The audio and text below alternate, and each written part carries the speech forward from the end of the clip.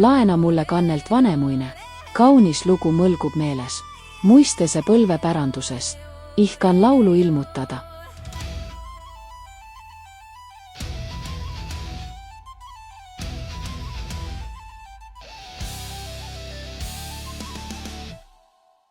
Kõik sai alguse võimsast kuningast nimega Kalev. Ta oli nii tugev ja tark, et isegi kotkad kandsid teda oma seljas. Kalev armus imekaunisse neidu nimega Linda. Linda oli nii eriline, et isegi päike, kuu ja tähed tahtsid teda endale naiseks, aga tema valis just Kalevi. Koos hakkasid nad muinasmaad targalt ja õiglaselt valitsema.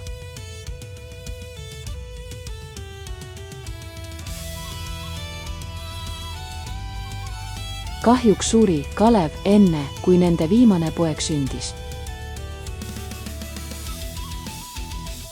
Linda oli murtud südamega ja nuttis 7 päeva ja 7 ööd. Tema pisarates tekkis suur ja selge järv, mida me täna tunneme Ülemiste järvena. Et oma armastatud meest väärikalt matta, kandis Linda kokku suuri kive ja rajas neist kõrge künka. See on seesama Toompea küngas, kus täna asub Tallinna vanalinn. Peagi sündis Lindal poeg, kes sai nimeks Kalevipoeg. Ta oli juba sündides erakordselt tugev, nii tugev, et rebis puruks kõik oma riided ja isegi hälli. Kalevipoeg kasvas kiiresti ning temast sai suur ja vägev hiiglane, tugevam ja targem kui kõik tema vennad.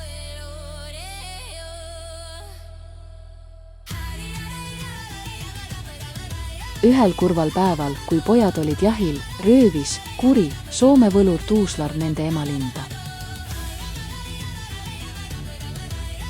Kalevipoeg ei kahelnud hetkegi ja ujus üle mere Soome, et oma ema päästa.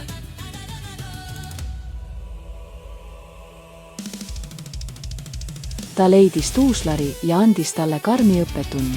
Kahjuks ei leidnud ta oma ema,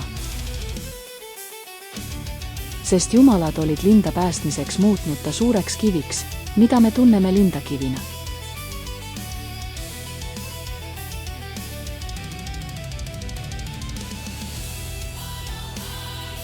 Soomes lasi Kalevipoeg endale sepistada imelise mõõga.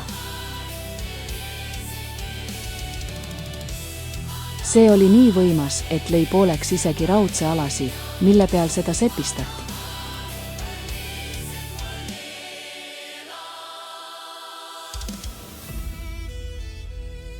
Kuid õhtusel peol läks Kalevipoeg tülli Sepa pojaga ja tappis ta kogemata oma uue mõõgaga.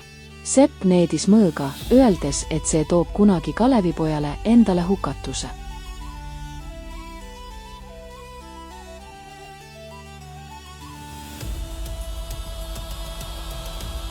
Soomes tagasi tulles sai Kalevipojast Eestis kuningas, sest ta heitis kivi kaugemale kui tema vennad.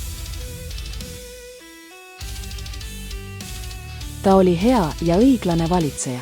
Ta kündis hiiglasliku adraga Eesti põlde, ehitas linnuseid ning kaitses oma rahvast vaenlaste eest. Ta oli nii suur ja tugev, et võis kanda terveid puid nagu oksakesi ning kõndida läbi Peipsi järve, nii, et vesi ulatus talle vaid põlvini. Kalevipoeg rändas maailma ääreni, et tarkust koguda.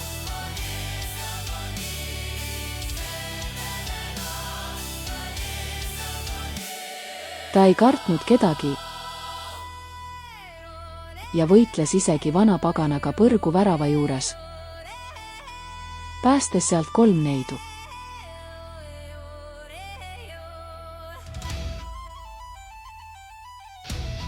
Samuti võitles ta vapralt vaenlastega, kes tulid Eestimaad rüüstama.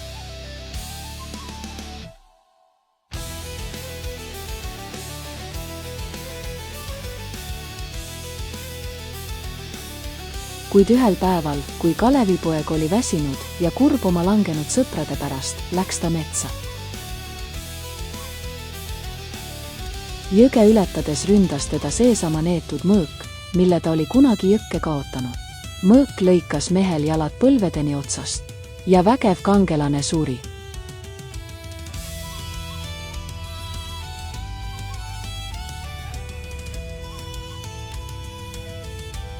Jumalad äratasid Kalevipoja ellu, panid ta valge hobuse selga ja saatsid põrgu väravate juurde.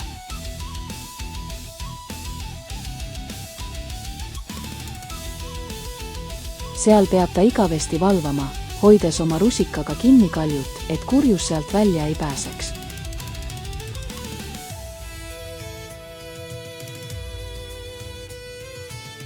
Lugu räägib, et ühel päeval, kui Eesti rahvas on suures hädas, tuleb Kalevipoeg koju tagasi, et tuua vabadus ja õnn oma maale.